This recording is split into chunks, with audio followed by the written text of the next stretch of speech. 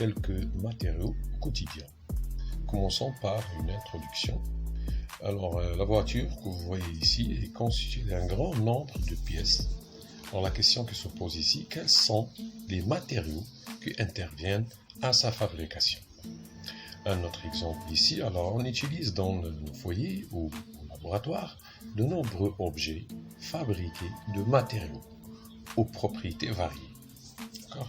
Alors, quelle différence entre objets et matériaux et comment distinguer ces matériaux? Alors, commençons par la distinction entre objets et matériaux. Exemple, prenons des objets utilisés dans notre vie quotidienne et on cherche à savoir le ou les matériaux qui les constituent. Donc, on voit ici, on a 4 objets, bouteilles, éprouvettes graduées, une chaise et un téléphone. Alors, commençons par le premier objet, les matériaux qui le constituent. Alors, on a du plastique, du verre, du métal, l'aluminium ou alliage de métaux. Concernant l'éprouvettes graduées, elle est constituée de quoi? Verre et plastique. Une chaise, elle est constituée de plastique, métal, comme le fer et le bois. Notre téléphone, il est constitué de plastique, verre, métaux, comme le cuivre et autres matériaux. Donc, on pourrait conclure qu'un objet est un être physique possédant une forme géométrique bien définie. Cet objet constitue et nommé pour remplir une fonction bien déterminée. L'objet peut être constitué par un ou plusieurs, voire le tableau ci-dessous, c'est-à-dire ou bien ci-dessus, le tableau qu'on a déjà vu. Un matériau désigne toute matière utilisée pour construire un objet. Exemple de matériaux, fer, plastique, verre, aluminium. Alors, on va classifier les matériaux, c'est-à-dire les familles de matériaux. En se basant sur les critères et propriétés physiques et chimiques, les matériaux peuvent se classer en plusieurs familles. Bon, pour nous, on va s'intéresser tout simplement à 3 familles. Alors, les 3 principales familles, alors les métaux, le verre, le plastique. Alors, ici, on a une remarque. En plus des familles précédentes, on trouve parfois d'autres familles comme le céramique, organique. Alors, quelles sont les propriétés des matériaux? Commençons par les métaux. On peut citer plusieurs matériaux appartenant à la famille des métaux, comme le fer, le cuivre, l'aluminium, l'argent, l'or, le zinc, l'étain, etc. Ils sont plus utilisés dans l'industrie. Commençons par la propriété de la conduction électrique. Expérience, interposant des lames métalliques dans un circuit électrique simple, une lame de cuivre, une lame d'aluminium, puis du fer. Alors voilà le schéma de l'expérience qu'on voit ici. Alors ici on a un générateur, c'est une pile, voilà une lame et la lampe pour indiquer est-ce que le courant circule dans le circuit ou non. Alors on pourrait conclure que les métaux ont la propriété de conduction électrique, c'est-à-dire les métaux laissent passer le courant électrique. Passons à une autre propriété, c'est la propriété magnétique.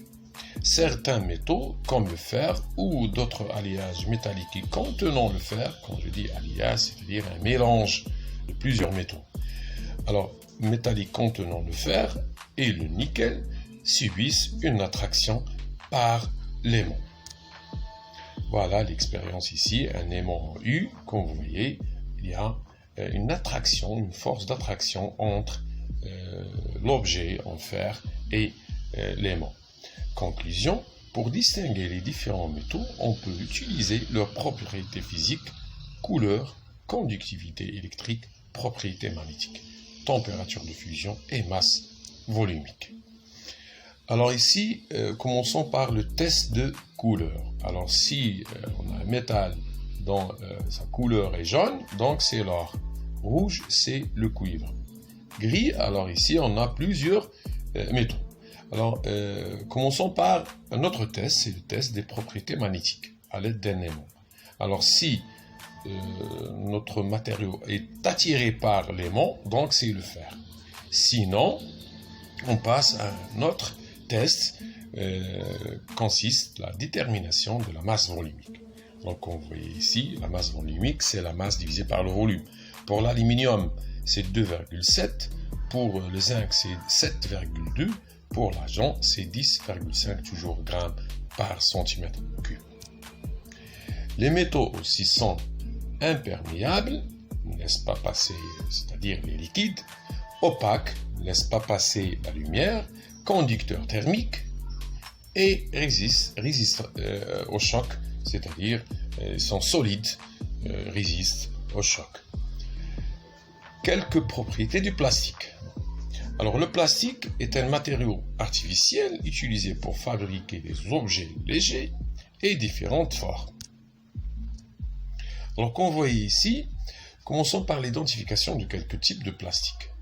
Par le logo de recyclage, on peut distinguer le plastique utilisé pour l'emballage, l'objet, par le logo de recyclage, ce logo orné de 3 flèches et un numéro.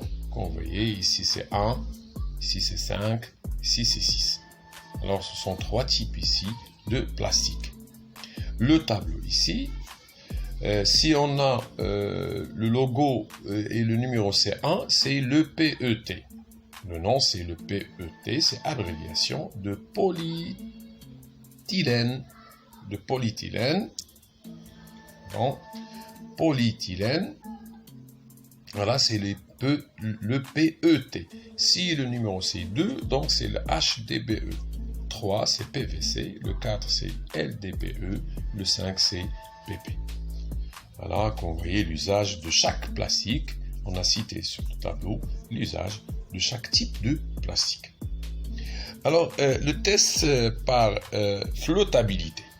Alors, si le plastique flotte dans l'eau douce, alors si oui, alors on a ici, on va faire un autre test. S'étire-t-il beaucoup? Si non, c'est le PP. Si oui, on a 2 choix. Donc, on pourrait faire un autre test. Se colle-t-il sur lui-même dans l'eau salée? Alors, si oui, c'est le PEBD. Sinon, c'est le PEHD. Alors, ici, si le plastique ne flotte pas dans l'eau douce, dans ce cas, on utilise l'eau salée. Alors, s'il flotte dans l'eau salée, c'est le PS. Sinon, alors on a 2 choix. Se rétracte-t-il dans l'eau bouillante? Si oui, c'est le PET. Sinon, c'est le PVC. Voilà, ici le tableau. On a cité les 3 matériaux. Commençons par les métaux. Ici, on parle de la conductivité électrique et thermique. Pour les métaux, ce sont des bons conducteurs électriques et thermiques. Pour le verre, non, c'est isolant. Le plastique, aussi isolant. Les métaux résistent au choc. Le verre résiste aux actions chimiques. Par contre, le plastique résiste aux actions chimiques, sauf pour quelques éléments. Alors, les métaux sont imperméables, comme le verre, comme le plastique. Les métaux sont opaques, le verre transparent et translucide. Le plastique, ici, il y a des plastiques transparents, translucides et opaques.